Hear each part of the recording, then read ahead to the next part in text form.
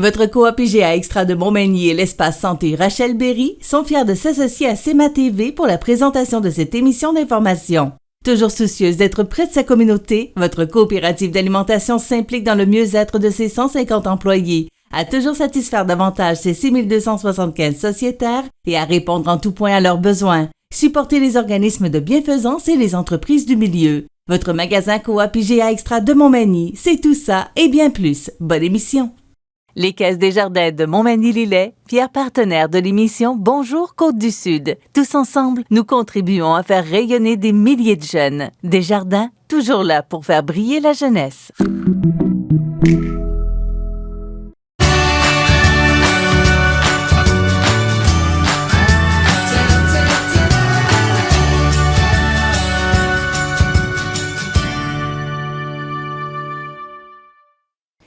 CEMA TV est en vacances et nous sommes au Jardin des Souches présentement pour vous proposer aujourd'hui à l'émission ce vendredi 28 juillet une rencontre avec Catherine Couillard, directrice générale du Carrefour mondial de l'accordéon, qui, avec le Conseil québécois du patrimoine vivant, a travaillé sur un mémoire sur l'accordéon diatonique. Également Chronique santé avec Daniel Lachance et un peu plus tard, Guillaume Larochelle. La deuxième saison du Centre de développement de soccer de Montmagny a été très attendue. Elle est certainement très appréciée présentement. On retourne le 5 avril alors qu'il venait nous en parler en studio. C'est ce qu'on vous propose à l'émission aujourd'hui. Ma prochaine invitée, elle est directrice générale du Carrefour mondial de l'accordéon, de l'École de musique et du Musée de l'accordéon. Donc, beaucoup de cordes à son arc. Catherine Couillard, bonjour. Bonjour, Michel. Comment ça va? Ça va bien, toi? Oui, merci. On t'a invité aujourd'hui, on va se dire tu parce qu'on se connaît quand même très bien. Catherine, moi, le Conseil québécois, je vais lire le communiqué. quelques lignes pour bien comprendre vers quoi je t'amène. Le Conseil québécois du patrimoine vivant a élaboré un plan d'action stratégique dans la foulée de la désignation légale du jeu et de la fabrication de l'accordéon diatonique au Québec, effectué par le ministre de la Culture et en vertu de la loi sur le patrimoine culturel. Qu'est-ce que ça veut dire, tout ça? C'est beaucoup de choses, quand même. Oui, puis... mais je pense qu'il faut être dans ce monde-là pour bien comprendre, là, qu'est-ce que c'est exactement. Puis on sait que l'accordéon diatonique qu'on voit actuellement, c'est le plus vieil ou un des plus vieux instruments de l'accordéon. Là. Mais pourquoi? Pour bien comprendre, là, exactement, c'est quoi? On s'en va où avec ça? Ce qu'il faut comprendre, c'est que dans la dernière mouture de la loi sur le patrimoine culturel, dans la refonte, ils ont intégré le patrimoine immatériel. Puis c'est quoi le patrimoine immatériel? Ce sont des pratiques qui se transmettent de génération en génération, qui sont toujours transmises aujourd'hui. Exemple, ici à Montmagny, on a la pratique du canot à glace. Il y a le chant de gorge qui a été le premier élément désigné au niveau national.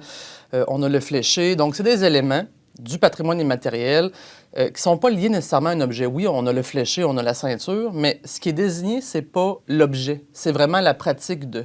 Donc, dans le cas de l'accordéon diatonique, c'est le jeu, puis sa fabrication qui a été désignée.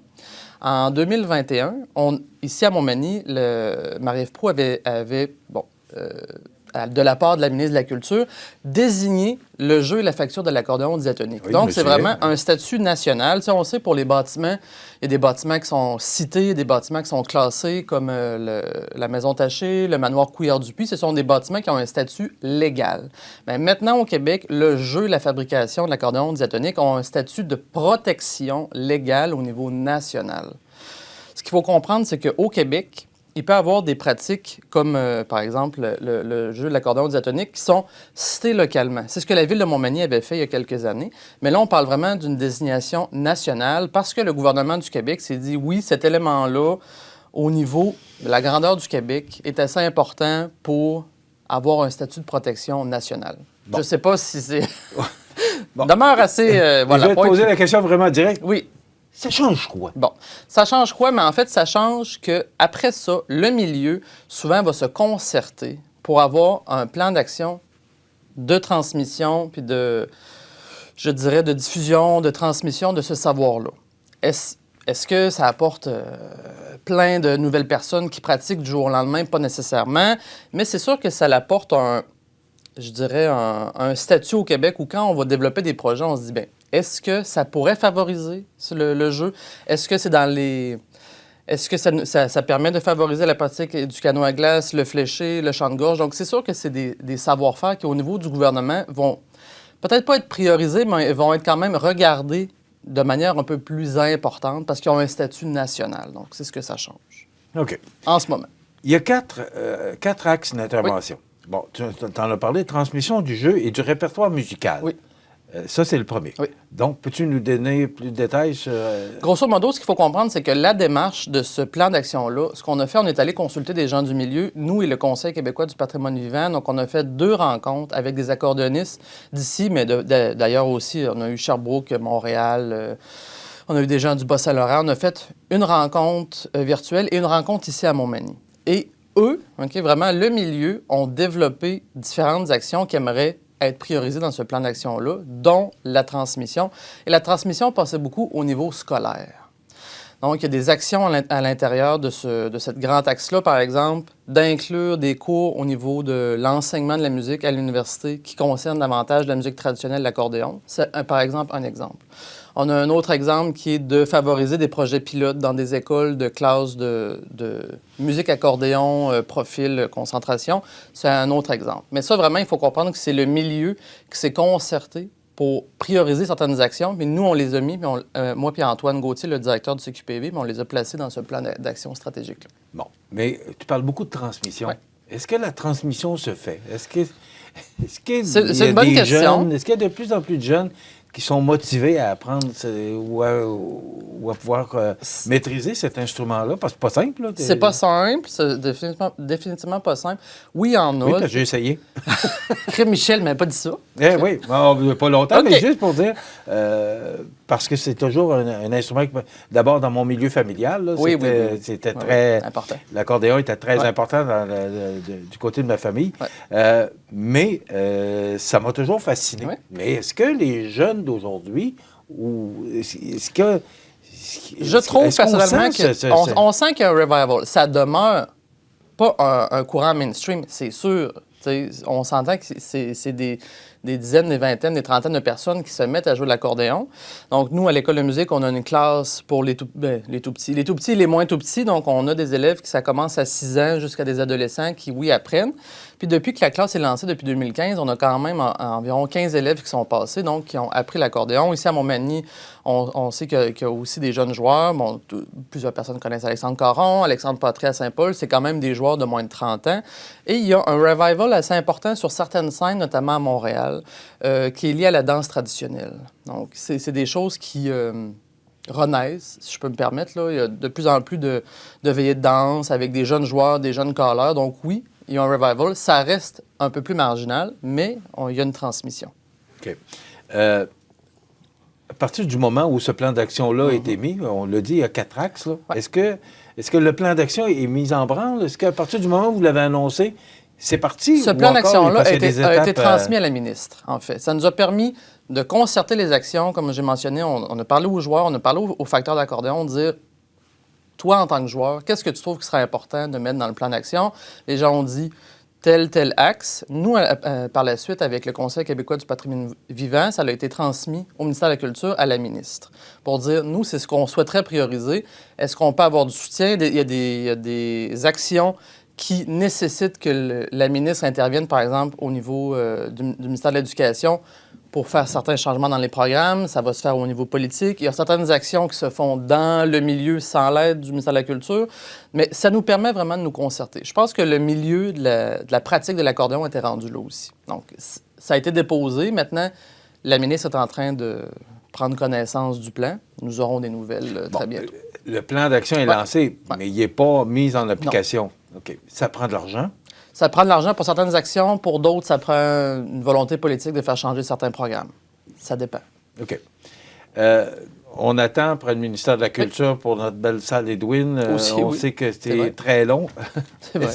Est-ce que vous avez un échéancier? Est-ce qu'il y a des dates que tout ça pourrait partir, qu'on pourrait mettre en application ce plan d'action-là? Considérant que ça demande quand même des sommes beaucoup moindres là, que, évidemment, la réfection d'une salle de spectacle, nous, ça représente quoi, Catherine? Pour les plus gros projets, on parle de 200 000 environ. Okay. Mais pour la grandeur du Québec. C'est pas nécessairement, il faut comprendre que nous, on le fait parce qu'on y croit, mais c'est pas 200 000 qui est versé directement au Carrefour. C'est pas ça. C'est 200 000 qui est dans le milieu de l'accordéon à la grandeur du Québec pour certaines actions. J'ai l'impression, parce que c'est le Conseil québécois du patrimoine vivant qui gère plus ce volet-là, j'ai l'impression qu'eux souhaiteraient des réponses déjà pour l'année prochaine. Donc, on parlerait de 2024, 2025, 2026. Évidemment, il y a des actions là-dedans que ça va peut-être plus prendre un horizon 5 ans, notamment pour ce qui est du changement de certaines politiques au niveau de l'éducation. Qu'est-ce qui vous a amené à élaborer ce plan d'action-là? En fait, de faire le plan d'action, de monter le plan d'action, faire la consultation, déposer ça au ministère. Est-ce que vous avez eu une demande à cet effet-là? Ou est-ce que c'est une veine de plus qui va rentrer dans le Carrefour mondial qui peut apporter du financement pour le Carrefour? Oui, c'est sûr, mais on le fait parce que, tantôt, tu me posais la question, à quoi ça sert de désigner? C'est sûr que des désignations nationales sans plan d'action, ça reste un peu sur la tablette. Ça va vraiment ensemble. T'sais, une fois qu'on a désigné une pratique, il faut qu'il y ait un plan d'action puis que le milieu se concerte pour différentes choses. Mais nous, ça nous permet d'assurer un rôle là, au niveau national, de dire, bien, écoutez, le Carrefour mondial accordéon, on a une certaine expertise, on a beaucoup de joueurs à Montmagny, beaucoup de facteurs, on veut être partie prenante de ces décisions-là. Ultimement, est-ce que ça peut nous apporter des projets pertinents? Tout à fait, notamment au niveau de la diffusion, mais ça, c'est des choses qu'on va voir plus à moyen terme, probablement plus l'année prochaine ou l'autre d'après. Donc, nous, à court terme, on y a fait parce qu'on y croyait beaucoup et pour demeurer vraiment une figure prépondérante là, de l'accordéon au niveau national. Et évidemment, on a une demande du Conseil québécois du patrimoine vivant. On a été les deux organismes, mais il aurait pu avoir un troisième porteur, mais là, les deux porteurs principaux, c'était nous et eux. OK. Mais ce que je comprends, c'est que c'est le Carrefour mondial de l'accordéon qui serait maître d'œuvre là-dedans. C'est vous autres peut-être pour certains projets. Le plan d'action? C'est plus le Conseil québécois du patrimoine vivant. Okay. Puis nous, on peut prendre certains projets, mais vraiment, le Conseil québécois, comme c'est l'organisme de regroupement national, pour ce qui est des pressions politiques notamment, bon, c'est davantage eux qui s'occupent là, de ce volet-là. C'est quand même un beau projet. C'est un beau projet, oui. À partir du moment où on a la réponse, ça peut se mettre en branle parce que tu parlais de 2024, 2026. Oui. C'est quand même loin, là. Est-ce qu'actuellement, on reconnaît, avant que tout ça soit approuvé par le ministère, est-ce qu'on reconnaît que cet instrument-là est unique en son genre? Je ne sais pas comment le... Oui, définitivement. Je ne sais pas comment unique en son genre, on n'a pas parlé... On parle d'élément culturel désigné, là. Est-ce qu'actuellement, sans l'être reconnu par le ministère, on peut dire qu'il est déjà reconnu comme un... Il est déjà reconnu depuis 2021. Donc, c'est juste le prolongement, en fait, de cette désignation-là. Je ne l'ai pas mentionné, mais les gens le voient bien sur l'écran. On parle vraiment de l'accordéon diatonique 1 rang. Ici, qui est désigné comme élément du patrimoine immatériel, parce que l'accordéon diatonique peut avoir 2 rangs, 3 rangs, 4 rangs, 5 rangs. Et c'est plus rare au Québec, mais généralement, on peut aller jusqu'à 3 rangs ici dans la province.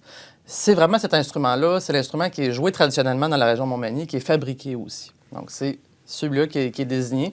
Et depuis 2021, il y a vraiment un statut particulier. Pas l'objet, mais la pratique et sa fabrication. Le Carrefour mondial de l'accordéon s'en vient... à grands pas. À grands pas. Déjà. Mais là, on commence déjà à travailler parce que la programmation, c'est déjà commencé. Pratiquement. À quoi on peut s'attendre cette année? On peut s'attendre à 3 jours de festivités. Bon, donc... Ça va commencer encore le vendredi? Ça va commencer le vendredi, pas le jeudi. Formule. Tout à fait. Le jeudi, en fait, les gens le savent moins, mais maintenant, ce qu'on fait, on fait des animations dans des résidences de personnes âgées, dans certains milieux qui travaillent avec des personnes vivant des situations de handicap. C'est ce qu'on fait le jeudi maintenant. Et des concerts spontanés chez certains partenaires. Donc, les artistes travaillent, mais ce n'est pas une programmation qui est publique. En fait, ce n'est pas une programmation avec billetterie, mais les artistes sont déjà là le jeudi. Et on continue le vendredi. On a rajouté des concerts le matin. Ça avait été demandé par la clientèle l'année passée. Donc, vendredi, une belle journée d'activité. Samedi, grosse journée. Puis on termine le dimanche, le soir. Il va y avoir 2 concerts. Donc, 3 journées remplies, là, 1er au 3 septembre. Est-ce que... Oui, c'est du 1er au 3 septembre. Voilà. Merci, Jean. C'est du 1er au 3 septembre. Est-ce que... d'enlever. Parce que normalement, il y avait le jeudi soir, il y avait quelques spectacles. Il y avait un spectacle. Est-ce que c'est pas trop condensé? Est-ce que... Bon, tu as vécu la formule parce que c'était une première l'an passé. Comment vous avez vécu ça pour la première fois, là, de vraiment commencer le vendredi jusqu'au dimanche, puis de déjeuner le lundi matin, parce qu'il y avait le déjeuner le lundi de la fête du travail. Vous ne revenez pas avec cette formule-là? Pas encore. C'est sûr qu'il y a certaines personnes qui nous l'ont redemandé pour le déjeuner. Peut-être quelque chose qui mijote pour le 35e l'année prochaine, mais on a quand même bien aimé la formule 3 jours. Je vais avouer, au niveau vraiment de nous, ce qu'on était capable de gérer avec l'équipe qu'on avait, On n'a vu pratiquement pas de changement au niveau de la billetterie. Il y a ça aussi, d'avoir des spectacles, mais on n'est pas sûr de remplir une certaine jauge. Ouais. On préfère avoir des belles salles pleines le vendredi, samedi, dimanche, même si c'est condensé. Puis comme on dit, on trouve que c'est intéressant ce qu'on a ajouté le jeudi, même si ce n'est pas des activités qui sont publiques. On parle quand même de près de 300 personnes l'année passée qui ont été rejointes par ces animations-là. Fait que c'est quand même intéressant. Là. Est-ce que financièrement, tu le dis, c'est ce que j'ai cru comprendre, que même si vous n'avez pas de déjeuner puis que vous ne commencez pas jeudi soir, financièrement, ça représente à peu près les mêmes... C'est à peu près les mêmes ventes. Moi, je pense que dans le contexte économique qu'on a actuellement, les gens ils ont un certain budget. Un certain budget de vacances, un certain budget de loisirs. Puis même si on remultiplie les activités, le budget, en fait, de loisirs va être le même. T'sais. Donc, nous, l'offre, est-ce qu'on a un petit peu plus condensée? Cette année, on va vraisemblablement avoir plus d'activités avec bracelets. L'année passée, c'était la première année. Cette année, on va encore bonifier les bracelets. Fait que ça aussi, c'est des choses qui avaient été demandées par la clientèle. Ça va être intéressant, là. Des belles améliorations. Merci, c'est gentil, Michel. Catherine, merci beaucoup. On va suivre ça avec intérêt. Si tu as des nouvelles concernant le ministère, tu nous en informes. Mais c'est un plan d'action stratégique pour l'accordéon diatonique. Je trouve ça merveilleux. Et ça fait parler de notre Carrefour mondial de l'accordéon parce qu'on est bien fiers de ça. Oui. Merci. Catherine Couillard, qui est directeur général du Carrefour mondial de l'accordéon, l'École de musique et le Musée de l'accordéon. Voilà, ça complète. Le Carrefour mondial de l'accordéon présentera son édition cette année, bien sûr, à la Fête du travail, comme à chaque année. Et que diriez-vous de parler un peu santé? On va rejoindre dans un moment Daniel Lachance. Le club de golf Montmagny est un superbe terrain de golf avec son panorama donnant directement sur le majestueux fleuve Saint-Laurent. Son parcours de 18 trous en normale 72 a de quoi donner des maux de tête même aux habitués de ce sport. D'une distance de 6400 verges, le club de golf Montmagny mettra à profit l'ensemble des bâtons dont vous disposez. Vous voulez passer du bon temps dans un décor magnifique? Le club de golf Montmagny. Pour information, 88 248 1872 ou golfmontmagny.org. Votre Canadien Tire Montmagny vous offre un inventaire complet pour votre magasinage. De plus, retrouvez un immense choix de produits pour votre animal de compagnie. Votre Canadien Tire à Montmagny, la place par excellence pour magasiner à Montmagny. Desjardins et ses membres sont toujours là pour faire briller la jeunesse. Les jeunes ont des rêves, des ambitions, des projets et les caisses Desjardins de Montmagny-Lillet sont fiers de les soutenir et de les faire rayonner. Desjardins, toujours là pour faire briller la jeunesse.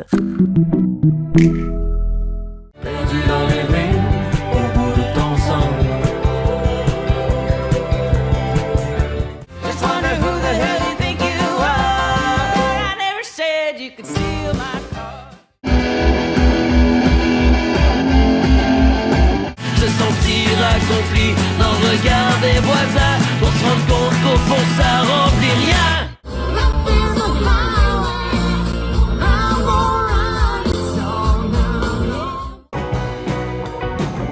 Le Festival rétro de Cap-Saint-Ignace est de retour pour une 13e édition les 11, 12 et 13 août prochains au Parc Optimiste. Plusieurs groupes de musique rétro seront sur place pour vous rappeler les plus beaux souvenirs. Exposition et parade de voitures antiques, méchouis le samedi soir, brunch le dimanche matin, emplacement pour roulotte. Tout a été pensé pour vous faire passer de bons moments au Festival rétro de Cap-Saint-Ignace au profit de l'organisme Marchand de Bonheur, levée de fonds pour les enfants malades.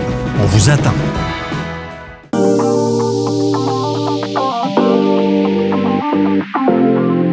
Fringues et Futé, la destination incontournable pour découvrir nos designers québécois. Plus de 50 marques en boutique. fringuesfuté.com.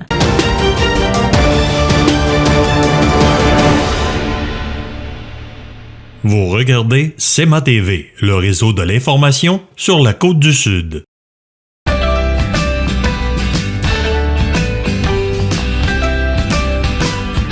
CEMA TV vous présente Parlons Santé avec votre pharmacien Daniel Lachance.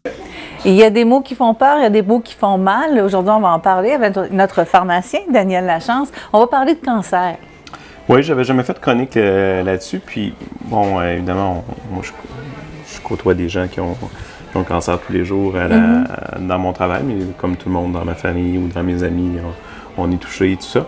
Puis, par beaucoup de questions, des fois, les gens qui en parlent, ça demeure... le mot fait peur. On sait que c'est une maladie qui est potentiellement mortelle. mais ça demeure abstrait, c'est quoi un cancer? Qu'est-ce qui se passe en fait? Puis bon, des fois les gens parlent de il y a un cancer généralisé, cancer des os. Il y a des choses aussi de la façon dont c'est compris, pas tout à fait la réelle chose. Je me disais peut-être faire un petit wrap-up de c'est quoi des cellules cancéreuses, qu'est-ce qui se passe en fait quels sont les différents types, différents grades de cancer, puis qui en font qu'il y en a qui se déplacent partout, puis d'autres qui vont demeurer plus localisés. Donc, je trouve que tu as une bonne idée d'expliquer un peu c'est quoi un cancer. Alors, à la base, c'est quoi un cancer? Donc, on est un paquet de cellules. Notre corps humain, on est des milliers de milliards de cellules. Donc, la cellule, de façon normale, crée nos organes, crée notre peau, crée nos cellules du sang, donc les cellules graisseuses, les cellules de muscles. Donc, la cellule est formée évidemment de la membrane extérieure, du cytoplasme qui est le liquide à l'intérieur, et le noyau dans lequel est l'ADN, qui contient tout le bagage génétique de la cellule, le bagage génétique en général, mais dans le fond incluant aussi ce qui code de façon génétique l'information de la cellule pour son organe. Les cellules se reproduisent, quand il y a des lésions, quand on a des cellules qui meurent, vont se reproduire de façon ordonnée. Donc, puis pour rentrer en contact, vont s'adhérer une à l'autre pour former un organe. Donc, ça se fait de façon coordonnée. Les cellules, quand ils se touchent toutes une et l'autre, vont arrêter c'est un phénomène. Donc, quand la cellule est entourée d'autres cellules, va arrêter de se reproduire de façon normale parce que l'organe est complet. Il va se passer par des mutations génétiques qui peuvent être causées soit par certains facteurs génétiques ou plus des facteurs externes comme fumer de cigarette, alcool, produits chimiques ou tout ça. Il peut y avoir une mutation du bagage génétique de la cellule qui va faire que sa fonction va changer, même sa fonction de reproduction va se modifier et elle va commencer à se reproduire de façon anarchique. Donc, une seule cellule dont l'ADN est modifié peut commencer à se reproduire et causer un cancer. Donc, elle va se reproduire, va déplacer les cellules saines, prendre la place, devenir une tumeur cancéreuse. Ceci dit, il peut y avoir des tumeurs bénignes qui, elles, n'auront pas la propension vont déplacer, faire une pression sur les cellules locales, mais ne vont pas avoir la propension de entrer dans la circulation sanguine puis aller se déplacer ailleurs. Fait que c'est un petit peu technique. Quand on parle de tumeur bénigne versus tumeur maligne, c'est ça. Une tumeur bénigne, c'est, oui, des cellules qui se reproduisent de façon anarchique, mais sans avoir la possibilité de faire des métastases, qu'on appelle d'aller se loger dans d'autres organes. Cette métastase, c'est un autre mot qu'on ne veut pas entendre. Non, on va l'expliquer tantôt qu'est-ce que c'est en fait. Donc, la tumeur bénigne, elle va quand même amener des problèmes parce qu'elle fait une pression sur les structures environnantes. Mais habituellement, une tumeur bénigne, on l'enlève de façon chirurgicale si c'est opérable. Ça dépend c'est où. Des fois, dans le cerveau, ça peut être un peu plus compliqué. Mais de manière générale, on enlève la tumeur, on n'entend plus parler. Donc, parce que c'est très délimité. Là, c'est une masse délimitée qu'on peut enlever. Tandis que la tumeur maligne, la tumeur cancéreuse, ces cellules-là ont la possibilité, puis souvent vont créer même des nouveaux vaisseaux sanguins pour s'auto-nourrir, puis peuvent se déplacer dans la circulation sanguine, puis aller se loger ailleurs. Elles ont une propension à se développer davantage. Exactement, et à se déplacer, puis d'aller causer des métastases. Donc, par exemple, si on a un cancer du poumon, dans le fond, en se multipliant, les cellules peuvent entrer dans la circulation sanguine, se déplacer, aller faire des métastases cérébrales, des métastases osseuses. Donc, et ce n'est pas un cancer des os, c'est un cancer du poumon métastatique avec métastases osseuses. Donc, quand on dit, souvent les gens nous disent « Ah, ça finit que le cancer des os », non, parce que ça existe un cancer des os, c'est un ostéosarcome, mais c'est des cancers très rares, mais la plupart des gens qui ont soit cancer de la prostate, cancer du sein avec métastases osseuses, ça ne devient pas un cancer des os. Ça demeure un cancer du sein, c'est le cancer primaire. Puis c'est des cellules cancéreuses du cancer du sein qui vont se développer dans les os. C'est une nuance importante parce qu'un cancer du sein métastatique ne se traite pas comme un ostéosarcome qui est un cancer des os. Puis là, je parle de termes sarcome, tout ça. On a différents types de tissus sur le corps. Fait que donc, le nom du cancer va aller selon le type de tissu. Donc, on a les cellules de la peau, puis les tissus, c'est des carcinomes, donc les cellules épithéliales. Donc, tout ce qui enveloppe notre peau, ou les cellules épithéliales, donc qui recouvrent les parois des organes. Donc, ça va être des carcinomes, donc des cancers de ce type. Ensuite, on a les sarcomes, qui sont des cancers du tissu conjonctif. Tissu conjonctif, on parle de cellules graisseuses, des cellules qui sont en dessous de la peau, le cartilage, les os. Donc, ça, c'est souvent, on va les nommer des sarcomes.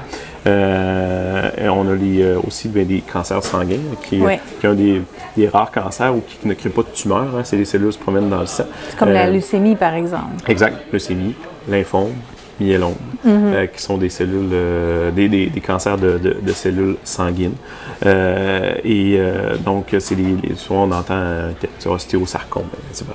Automatiquement, dans un os, on appelle ça un sarcome. On a le mélanome qui lui est particulier, qui est un cancer de peau, évidemment. Oui. Contrairement au carcinome basocellulaire, donc carcinome, cancer de peau basocellulaire, qui est un type de cancer de peau. Le mélanome, lui, il va se développer avec les mélanocytes, donc les cellules qui causent la pigmentation de la peau. Donc, c'est un type de cancer qui est le cancer de peau, qui est tueur. Et c'est pour ça qu'on nous dit de vérifier les points de beauté. Des fois, s'ils grossissent, c'est quelque chose comme ça. De façon anarchique, parce que comme on dit, les cellules se multiplient de façon anarchique, mais contrairement à un grain de beauté normal qui est rond puis qui est symétrique, souvent le mélanome, mais ça va être tout croche. Là. Puis les couleurs sont pas pareilles parce que la réplication cellulaire se fait un petit peu n'importe comment, puis sans s'arrêter jamais.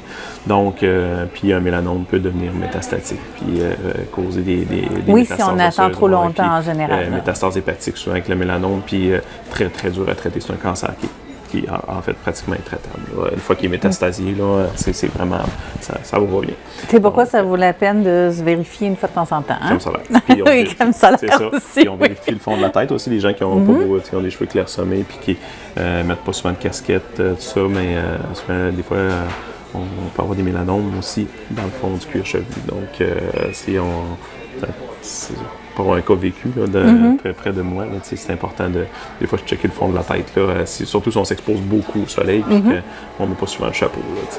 Là, mais bref, donc c'est vraiment après ça, quel type de cancer, puis bon, après ça, on peut avoir des cancers qui vont être stimulés par les hormones, comme cancer du sein, cancer de la prostate. C'est très complexe, là, en fait. Là, on simplifie, mais grosso modo, un cancer, c'est une multiplication de cellules de façon anarchique qui ont la propension après ça, d'aller se métastasier partout dans le corps. Puis ça va tuer les cellules, même environnantes, les cellules saines, prendre de la place, puis dans le fond, évidemment, causer des dysfonctions aux organes. Puis donc, après ça, évidemment, tout ce qui s'ensuit. Donc, on a une façon de grader un peu là, les cancers d'un grade 1 à 4 et le stade aussi, 1 à 4. Dans le fond, le grade est en fait je dirais l'intensité de l'agressivité souvent des cellules cancéreuses. Puis là, fait que dans le fond, un grade 1 va être quelque chose qui est quand même un cancer moins agressif. Le grade 4 est souvent un cancer très, très agressif. Le stade, c'est où c'est rendu. Stade 1, c'est très localisé. Puis le stade 4, c'est métastatique. Puis après ça, tu es adjuvant, puis bon. Mais bref, ça démontre une gravité dans l'agressivité, le grade, et le stade, de quel niveau il est avancé, le cancer. Donc, des fois, ça peut aider les gens, parce que souvent, ils m'ont dit que j'avais un grade 2, stade 2, mais ça devient très abstrait, mais un peu, c'est toujours entre 1 et 4, les deux, le grade et le stade. Si on a un grade 4, stade 4, ça va pas bien. Dans le fond, c'est un cancer agressif métastasié. Donc c'est un peu les grandes lignes de c'est quoi un cancer finalement. Puis un peu, j'espère que ça a un peu synthétisé puis mis ça un peu plus clair qu'est-ce qui se passe dans le corps quand on a des cellules cancéreuses qui prennent la place. Merci beaucoup, Daniel. Ça fait plaisir. On se retrouve dans 2 semaines? Oui.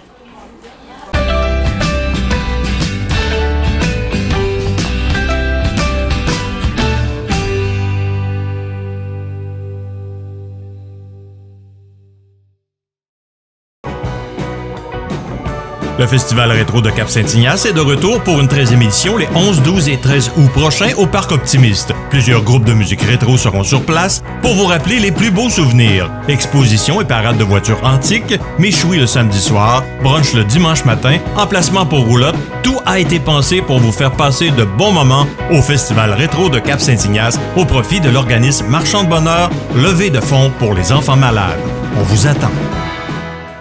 Votre magasin Coop, c'est un large éventail de fruits et légumes, des gâteaux personnalisés, des mets cuisinés préparés sur place, des bouchées à votre service, des charcuteries et des fromages, des poissons frais à tous les jours, des produits locaux, sans oublier le comptoir Yuzu Sushi Express et les nouvelles caisses libre-service.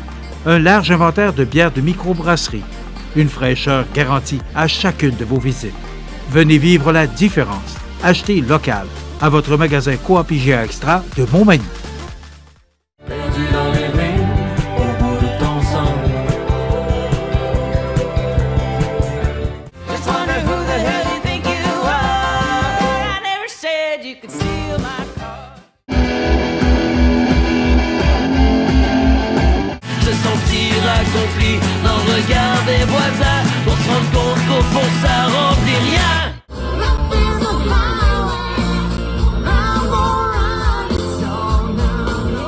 Desjardins et ses membres sont toujours là pour faire briller la jeunesse. Les jeunes ont des rêves, des ambitions, des projets et les caisses Desjardins de Montmagny-Lillet sont fiers de les soutenir et de les faire rayonner. Desjardins, toujours là pour faire briller la jeunesse. La résidence funéraire Boulanger vous propose une gamme complète de services personnalisés afin de répondre à tous vos besoins en matière de funérailles.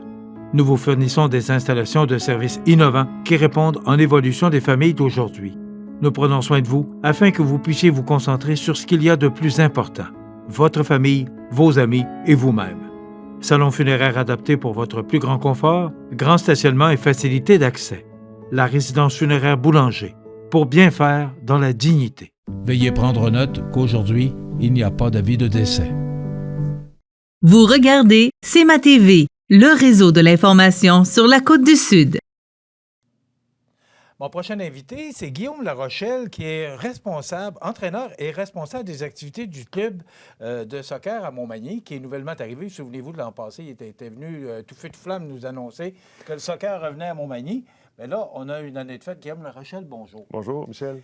Guillaume, déjà une année de passée. 2022 a été, je pense, un succès parce que là, on annonce une extension là, de la Ligue. Comment ça s'est passé? Est-ce que c'était, d'abord, est-ce que ça répondait à tes attentes? Comment s'est passé 2022? C'est quoi le bilan que tu nous ferais? Un bilan qui est fort positif. Oui, ça répondait à mes attentes. C'était une idée qui a été réfléchie depuis plus de 2 ans. On avait décidé de partir ça sur une forme de projet pilote. Quand c'est plus petit, c'est plus facile d'en arriver à un résultat. On contrôle bien, dans le fond, notre démarche puis notre résultat. Ça a été un excellent résultat. Les parents, en premier lieu, ont été très satisfaits de la saison qu'on a eue. Les jeunes se sont bien développés. On mettait en place une structure de développement, d'entraînement qui est plus organisée. Et ça a répondu aux besoins des gens qui ont fait partie du projet pilote. Et ça nous a donné une belle visibilité. Ça a amené beaucoup d'intérêt des gens qui nous ont vus sur le terrain. Alors, cette année, on est rendu à une phase d'expansion. C'était l'idée dès le départ l'année dernière, mais c'est une expansion qui va aller un petit peu plus vite que prévu. Plutôt que de rajouter un groupe d'âge, on rajoute 2 groupes d'âge cette année. Donc, pour les enfants nés en 2014, 2013 et 2012. Donc, on va un petit peu plus vite que prévu. Mais on tient quand même le cap d'y aller tranquillement, mais sûrement. Parce que offrir un nouveau service, si on veut offrir un service de qualité, bien, il faut prendre le temps de bâtir les choses. En ce sens-là, la première année est un beau succès. Puis je pense qu'on est rendu à une étape là, où on peut peser un peu sur l'accélérateur. Quand on parle de succès, c'est quoi le succès? Combien de jeunes se sont inscrits? Là, parce que moi, je connais moins ça. Là, Bien, on est présentement en période d'inscription. L'année passée, on avait une seule équipe, un petit groupe. Et, c'est combien? 11 jeunes. Okay. Donc, on commençait avec ça. Et on était 2 personnes en termes de bénévoles pour s'occuper du coaching puis de la formation des jeunes. Cette année, on annonce déjà qu'on va au moins tripler ce chiffre-là. Mais ça amène son lot d'organisation, ça nous demande un peu plus d'entraîneurs, un peu plus d'arbitres. Et ce qu'on appelle, nous, en centre de développement, CDC, des éducateurs, donc des gens qui s'occupent de la gestion des ateliers auprès des jeunes. Et comment on mesure le succès? Moi, je le mesure surtout par le développement des enfants, leur développement au niveau du soccer, leur développement de leur aptitude individuelle, mais aussi de leur jeu collectif. Et en ce sens-là, ça a été vraiment un beau succès. Succès qui a amené d'excellents résultats, mais le résultat c'est pas ce qui est le plus important. Ce qui est important, c'est le développement du jeune. Et l'année qu'on a suivie, ça a été une grande satisfaction pour tout le monde. Puis en plus, ça s'est résulté avec beaucoup de victoires, mais je tiens à le mentionner que c'est pas l'objectif final. L'objectif, c'est vraiment le développement des jeunes. Développement des jeunes, mais est-ce que ce développement-là passe par la compétition? C'est une compétition. Oui, en effet. C'est une ligue compétitrice. Oui.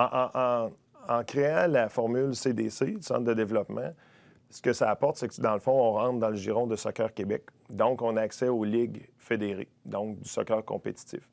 Il y a plusieurs niveaux de compétition. Nous, grâce à cette association-là avec le club de soccer Lévis, c'est une association qui est bien établie, qui a 1800 joueurs, qui couvre toute une bonne portion de la Rive-Sud. En créant cette succursale-là ici à Montmagny, ça nous donne accès à ça. Puis les jeunes peuvent maintenant faire de la compétition, ce qui n'était pas possible avant. Donc, en ce sens-là, ça fait en sorte que les enfants ont un accès qui n'existait pas avant. Là. On parle de... L'an passé, c'était quel âge? Uniquement pour les jeunes. Du U9, dans le fond, c'est du 8 et 9 ans, tout dépendant de la date de naissance de l'enfant. C'est pas vieux, la compétition? C'est le début. La première ligue compétitive, puis je tiens à le dire, c'est une ligue de développement à ce niveau-là. Exemple, il n'y a pas de classement général, il n'y a pas de classement des meilleurs buteurs. L'objectif, c'est de jouer des matchs contre d'autres municipalités. Mais c'est dans un cadre encore de développement. Et le U9, c'est la première catégorie d'âge où il y a une ligue de compétitive. Bon, c'est quoi? Parce que moi, je vois ça, le UA, U10, U11, U9. Qu'est-ce que ça veut dire? C'est quoi exactement? En fait, le U, c'est pour la terminaison en anglais under, sous 9, donc c'est les moins de 9 ans. Les moins de 9 ans, donc c'est la majorité, c'est des jeunes de 8 ans qui jouaient en U9. Donc en U10, c'est plus des 9 ans, en U11, c'est comme ça. Donc tout dépendant à quelle date il a son anniversaire.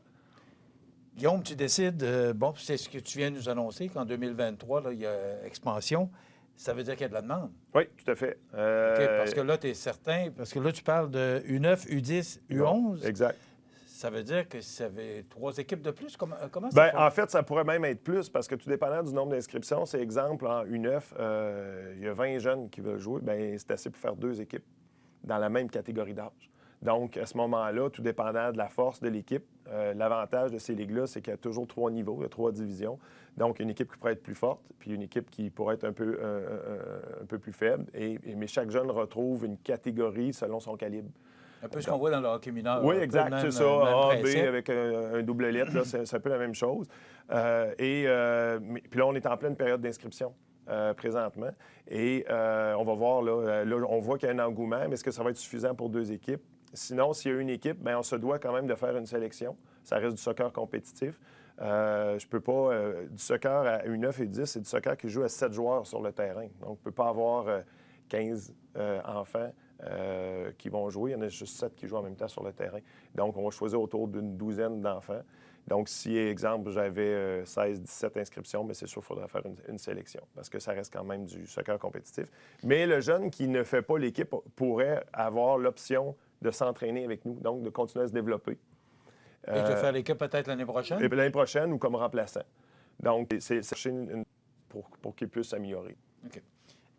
Ça s'appelle le club de soccer Lévis-Est. Oui. Bon, on sait qu'on est à l'est de Lévis. Oui. C'est loin l'est. Oui, mais ça va loin, là. Oui. Ça va jusqu'à Gaspésie et oui, plus. Exact. Pourquoi Lévis-Est? Pourquoi pas Côte-du-Sud? Pourquoi... c'est une question qu'on m'a posée l'année passée parce qu'il faut comprendre, dans notre histoire, on a déjà eu un club compétitif à Montmagny, l'Association de soccer de Montmagny. Mais remettre ça en place aujourd'hui, ça demande une grande structure, ça demande des employés à temps plein. Le club Lévis-Est, c'est quand même un gros club. On parle de 1800 joueurs. Ils ont 5-6 employés à temps plein parce que c'est du soccer à l'année avec les stades intérieurs et tout ça. à Montmagny, repartir une structure de ce type-là, ça prendrait des employés. Et on n'a pas ça. Pour une équipe de 11 joueurs? Non, mais éventuellement pour expansionner. Comme là, l'année passée, c'est du bénévolat à 100 Cette année, on est encore dans une structure de bénévolat, mais à un moment donné, s'il y a beaucoup d'équipes, ça demande plus de structure. Puis on veut avoir de bonnes ressources parce que ça prend des entraîneurs qui sont formés par Soccer Canada, ça prend des arbitres qui sont formés. Il y a des coûts liés à ça. Éventuellement, bien, ça prend du personnel pour travailler là-dessus. Moi, j'ai un emploi, je n'ai pas la prétention d'aller faire ça dans ma vie. Moi, ce que je veux, c'est d'être quelqu'un utile, mais pas indispensable au soccer. Et donc, la meilleure option qu'on avait à l'époque, bien, en fait, il y a 1 an, quand on a commencé, c'était de s'adjoindre une association déjà existante qui a déjà cette structure administrative-là.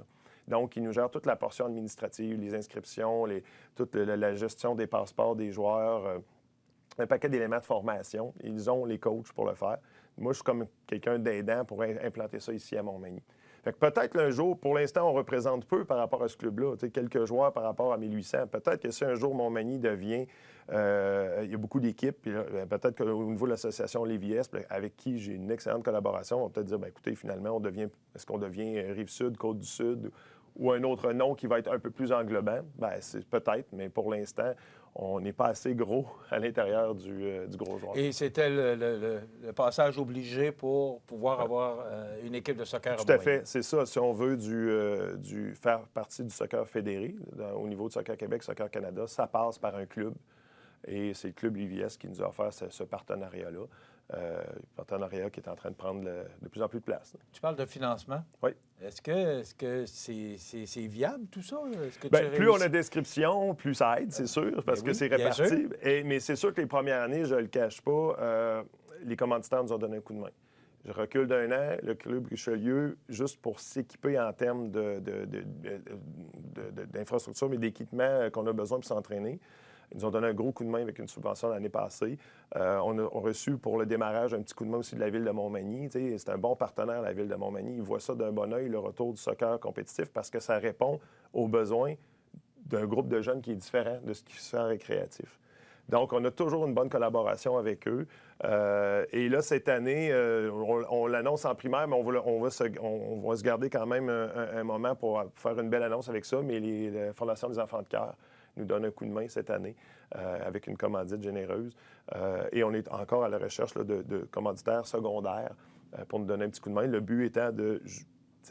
pas tout mettre la pression sur les parents, sur tous les coûts de location, d'équipement, de frais d'arbitre, de frais de ligue. Donc, grâce à ces commanditaires-là, bien, ça nous donne un coup de main parce qu'on n'a pas le volume pour payer tout ça. Mais il y a un frais qui est chargé aux parents tout à pour fait, inscrire les jeunes. Exact. Parce que la structure elle est grande, là. Juste prendre... c'est des entraînements 2 fois semaine. C'est hyper structuré. Les coachs sont formés. Il y a des coûts liés à ça. Donc, toute l'organisation de ça, le montage des entraînements, il y a une réflexion derrière ça. Là. Moi, on a un directeur technique qui nous donne un coup de main là-dessus. Donc, il y a une belle structure pour faire développer les jeunes, mais ça se paye d'une certaine façon.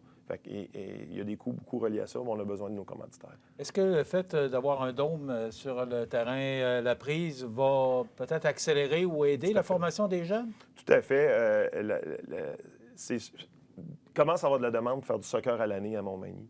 J'en ai chez mes jeunes que j'ai coachés l'année passée. J'en vois d'autres. L'arrivée d'une structure, c'est sûr qu'on est extrêmement favorable. Ça nous amène même des idées à développer beaucoup du soccer à l'année, que ce soit en partenariat avec la commission scolaire pour du soccer scolaire, que ce soit en partenariat avec l'IVS pour faire du soccer comme on fait l'été, parce que ça existe des saisons hivernales. Il y a des stades intérieurs maintenant un peu partout dans la région de Québec, mais il manque d'espace. Le club Lévis voit ça d'un bon œil de pouvoir utiliser. Il pourrait devenir un partenaire de ce dôme-là. J'espère que ça va se réaliser. Je sais que ça demande beaucoup d'études comme dossier, mais je pense que la demande est là. Puis je parle pas juste au nom du soccer, je parle aussi du nom d'autres sports comme l'athlétisme. Le dôme, il est officiel. Il arrive à l'automne, il a été annoncé. Là. OK, d'accord. Bon, mais c'est une bonne nouvelle. Je n'étais pas dans le secret, là, mais on voit ça vraiment d'un bon œil parce qu'on regarde juste le soccer récréatif. On va atteindre peut-être un 400 jeunes qui vont jouer cet été. on rajoute, je dis on parce que je fais aussi partie de ce conseil d'administration-là, fait que je suis très impliqué au niveau du récréatif. Puis la force compétitive est en développement. Donc, imaginez le nombre de joueurs là, potentiels qui pourraient jouer en hiver. Moi, je trouve qu'on est rendu là. C'est le fun de t'entendre, c'est positif. Oui. Écoute, les inscriptions, c'est jeudi le 23 avril? En fait, non, oui, on est présentement en période d'inscription. C'est jusqu'au 23 avril. Jusqu'au 23. C'est présentement en cours. Là.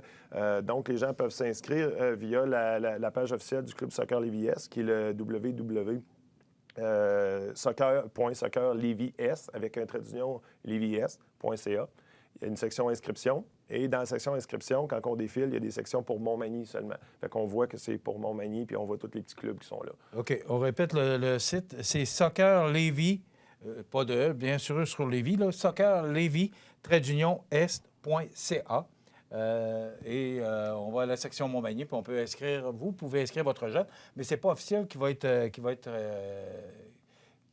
le jeune va être accepté. Comment? Bien, en fait, il y a deux... S'il y a trop de monde... En fait, il y a deux options. On a réfléchi à ça. Il y a même 3 options. La première option, c'est, bien sûr, s'il y a assez de jeunes pour faire une équipe, on forme une équipe, le jeune fait partie de l'équipe, il n'y a pas de sélection. S'il y en a trop, pour on doit avoir une sélection. Cependant, celui qui n'est peut-être pas choisi ou qui devient comme un remplaçant peut rester au centre de développement pour développer, parce que tout le monde s'entraîne en même temps, tout le niveau d'âge. Donc, il peut continuer. Et l'autre option, pour quelqu'un qui est prêt à le faire ou qui est dans un groupe d'âge ou, mettons, une jeune fille qui veut faire du soccer féminin, parce qu'il y a une possibilité de le faire mixte, mais s'il veut faire du soccer féminin, Lévis a déjà ces équipes féminines-là. Elle pourrait s'entraîner chez nous, mais jouer avec son équipe à Lévis. Fait qu'on minimise quand même le voyagement. Toute la portion d'entraînement, 2 fois semaine, se fait à Montmagny, mais il y a juste pour les matchs qu'elle se déplace. Parce qu'on ne peut pas l'offrir encore. On n'a pas assez gros volume, excusez-moi. Mais il faut se donner une chance. C'est la 2e année. Là. Exact. Bravo, Guillaume. Et toi, parce que tu disais on tantôt, oui, là, parce qu'il y a beaucoup de monde avec toi là, qui s'implique là-dedans, qui fait que nos jeunes peuvent jouer au soccer à Montmagny. Donc, les inscriptions sont jusqu'au 23 avril. Le site, c'est soccerlevis-est.ca. Et ça commence quand? La saison d'entraînement, c'est le 16 mai jusqu'au 9 septembre. Et au niveau des matchs, c'est après l'année scolaire. Donc, autour du 21-22 juin, c'est là qu'on commence parce qu'on ne veut pas qu'il y ait 2 matchs en semaine pendant que les enfants sont à l'école. Mais les entraînements commencent, puis il va y avoir quelques tournois dans l'année. Puis aussi, j'invite les gens, s'ils veulent avoir plus d'informations, on a notre page Facebook. C'est Montmagny Trait-d'Union Club Soccer Lévis-Est. Donc, en tapant ça sur Facebook, vous allez trouver notre page. Il y a plein d'informations qui passent là-dessus. On a un camp de jour, un camp d'été qui s'en vient. Donc, on offre à Montmagny une spécialité soccer. On vient tout juste là, de sortir ça il y a 2 jours. Donc, si les gens veulent avoir de l'information sur ce camp-là, ça se passe sur cette page-là. Merci, Guillaume. Ça fait plaisir. Guillaume Larochelle, qui est entraîneur et responsable des activités du club de soccer Lévis-Est à Montmagny.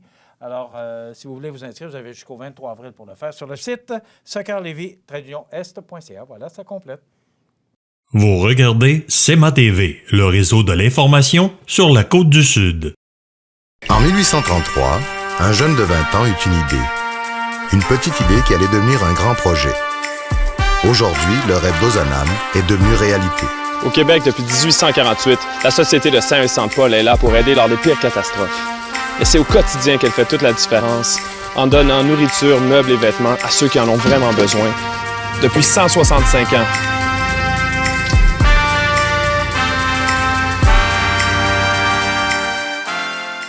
Soyez bien informés. L'Info CEMA TV, en bref, vous résume les grands titres de l'information en seulement 2 minutes. Bonjour, ici Marie-Ève Lamonde et voici l'Info CEMA TV, en bref. Nouvelle importante dans le monde politique aujourd'hui.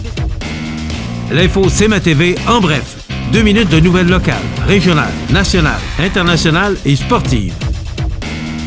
L'Info CEMA TV, en bref. Du lundi au vendredi au cematv.ca et sur la page Facebook de CEMA TV.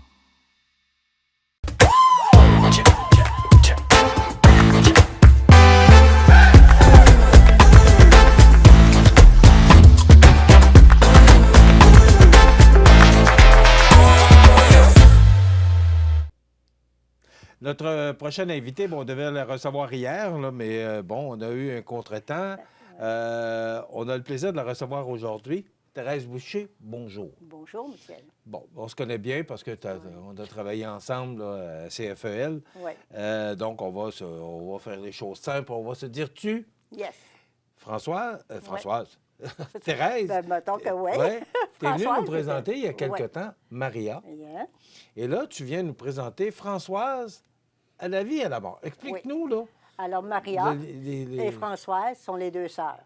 Françoise est 10 ans plus jeune que Maria.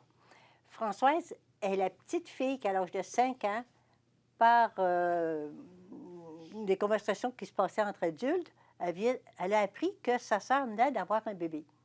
Alors, comme une petite amie qui était avec elle, qui s'appelle Louise, venait de lui dire que sa grande sœur avait un bébé, elle dit « Ah, moi aussi, je suis ma tante. » Elle dansait, puis elle était contente parce qu'elle annonçait qu'elle aussi, elle disait « ma tante ». Mais là, c'est pas correct parce que personne ne le savait que Maria avait eu un bébé. Là, elle va placoter ça. Alors, c'est la vie de Françoise qui a été déportée chez ses grands-parents et est revenue à la maison 13 ans plus tard. Alors, à son retour chez elle, elle a retrouvé sa petite amie Louise. Et à partir de là, le pont entre Maria, le livre de Maria et Françoise, se fait bien, là, ce qu'elle a vécu.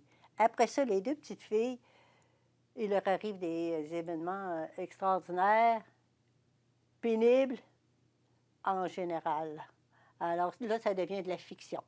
Alors, Françoise et Louise, à partir du moment où ils quittent pour aller supposément faire du bien, ils se font avoir pas mal. Alors voilà, c'est à partir de là, c'est de la fiction. Alors, il faut avoir lu le premier pour avoir la suite du deuxième. On a le goût d'aller voir qu'est-ce qu'il y a. Oui, il y a une c'est suite le premier, très, il y a une suite avec Françoise. C'est ça. Après avoir lu Maria, tu as le goût d'aller voir qu'est-ce qui va arriver à Françoise. Mais après avoir lu Françoise, oh là, c'est indéniable. Les gens, ils ne pourront pas faire autrement que d'aller voir qu'est-ce qui est arrivé à Martine, qui est la fille à Françoise. Ça, c'est mon troisième. Le titre, c'est Françoise à la vie et à la mort, alors que Maria, c'est Maria. Maria. Par la plume de Thérèse, je revis ma vie et ma mort. Alors, c'est quoi le lien avec la vie, la mort? Bon, alors, pour percevoir vraiment l'émotion du titre, bien, il faut lire le livre. Parce que c'est là qu'on comprend à la vie, à la mort. Alors, c'est ce qu'on ressent lorsqu'on a lu le livre. Et Françoise, qui est... Françoise, c'est évidemment elle, c'est par la plume là, de Thérèse. Mais pour Françoise, que je reviens, à la vie, à la mort, ces deux petites filles-là, quels que soient les événements qui auraient pu les séparer, ne se sont jamais séparées. Jamais. Alors, c'est pour ça que c'est très important, lorsqu'on lit le livre, ne surtout pas aller voir à la fin avant. Est-ce que... Écoute, tu as passé ta vie dans la vente. Oui, c'est pour ça qu'on a travaillé ensemble. Ben oui. Qu'est-ce qui fait que Thérèse Boucher est auteure aujourd'hui? C'est quoi l'histoire? Je me pose la même question parce que... Parce que tu étais une excellente représentante au vent. Ben oui. Puis, une de mes amies, justement, cette semaine, qui me dit, elle dit, tu m'as déjà dit, elle dit, il y a plusieurs années, que tu as aimé ça écrire. Je dis que je ne m'en souviens pas. Pour moi, c'est pas un rêve, c'est comme un événement qui m'est arrivé après que l'histoire m'a été racontée et que je me suis dit, il faut absolument que je le raconte. Même si la personne qui me l'a raconté, qui est Françoise, c'est pas son vrai nom, mais j'ai changé les noms parce qu'autrement, je n'aurais pas pu l'écrire. Et comme ça se passe dans le bas du fleuve, je l'ai mis encore plus bas que la réalité. Alors, c'est pour ça que ça se passe au Bic. Alors, les gens qui lisent le livre, exemple, qu'on commence par Maria, vont voir que le chemin du Bic allait à Montréal, là, on a passé à Saint-Philippe, on a passé à Saint-Pascal, on a passé à différents endroits, dont il est arrivé quelque chose à bon temps. Puis en 1943, les chemins n'étaient pas la même chose. On a aussi, quand Duplessis a été battu par Godbout, quand il a fait les chemins aussi pour se rendre... Alors, parce que c'est en 1943, mais il ne faut pas oublier que Françoise, maintenant, elle devient plus actuelle, là, parce que Maria, son bébé, il va avoir 80 ans au mois d'octobre. Il est toujours vivant, je l'ai rencontré. Elle existe. Il existe, le bébé à Maria. Ah, OK, oui, le bébé de Maria, excuse-moi. Oui, le bébé à Maria, il existe, bien sûr. Je dirais un petit secret, t'es un gars de Montmagny. Ben oui. Parce qu'on n'est pas supposé le dire, mais lui, il me dit, il était tellement heureux quand je lui ai conté ça. Il dit, pourquoi tu ne le dis pas, tout le monde le sait. Mais comme j'ai fait une promesse à l'autre personne qui me l'a raconté, bien là, c'est pour ça que j'en dis pas trop.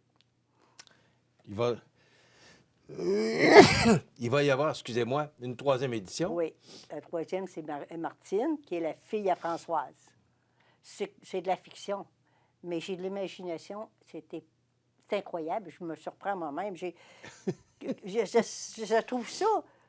J'aurais jamais pensé qu'un écrivain pouvait devenir le personnage. Surtout à Maria. J'ai été la petite Maria. Jusqu'à sa mort, j'étais Maria.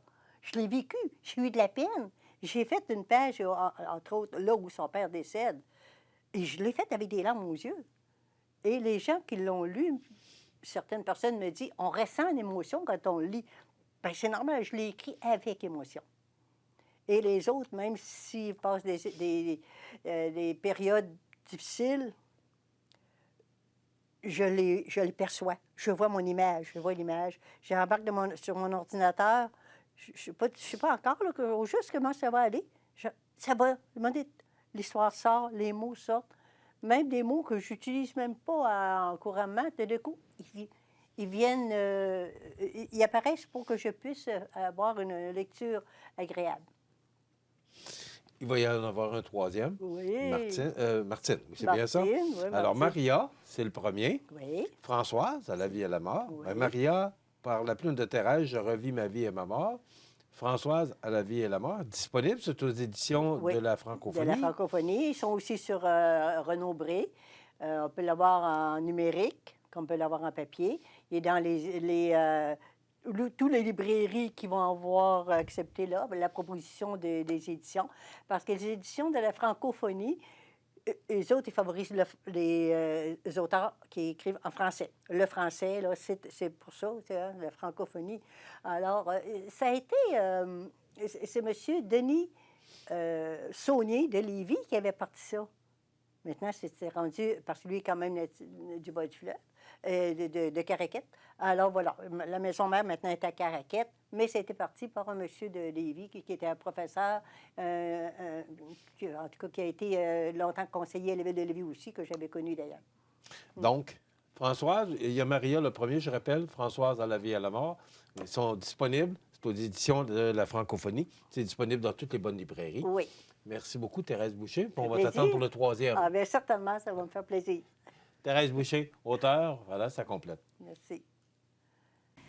C'est ce qui complète l'émission de ce vendredi 28 juillet. Pour ceux qui apprécient l'information, vous allez trouver toutes nos nouvelles, bien sûr, parce que ça ne fait pas relâche de ce côté-là, à cmatv.ca ou encore sur notre page Facebook. À CMA-TV en vacances lundi, ce qu'on vous propose, Yvon Dumont, qui est préfet de la MRC de Bellechasse, et Alain Vallière, directeur général de développement économique Bellechasse, sont venus nous parler après l'annonce du projet du 3e lien par le gouvernement. Bien sûr, ça a brassé un petit peu. Il y avait du mécontentement. Donc, on va revenir là-dessus lundi matin.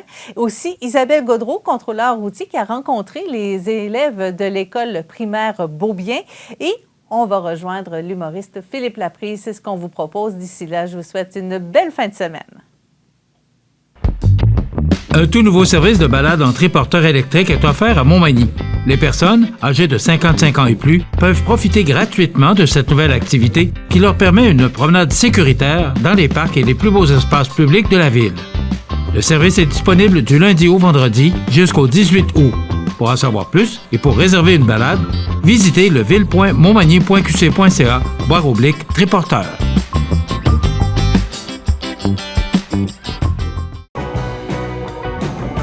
Le Festival rétro de Cap-Saint-Ignace est de retour pour une 13e édition les 11, 12 et 13 août prochains au Parc Optimiste. Plusieurs groupes de musique rétro seront sur place pour vous rappeler les plus beaux souvenirs. Exposition et parade de voitures antiques, méchouis le samedi soir, brunch le dimanche matin, emplacement pour roulotte. Tout a été pensé pour vous faire passer de bons moments au Festival rétro de Cap-Saint-Ignace au profit de l'organisme Marchand de Bonheur, levée de fonds pour les enfants malades. On vous attend. Perdu dans les rues, au bout de ton sang. Just wonder who the hell you think you are. I never said you could steal my car. Se sentir accompli dans le regard des voisins, pour se rendre compte qu'au fond ça remplit rien.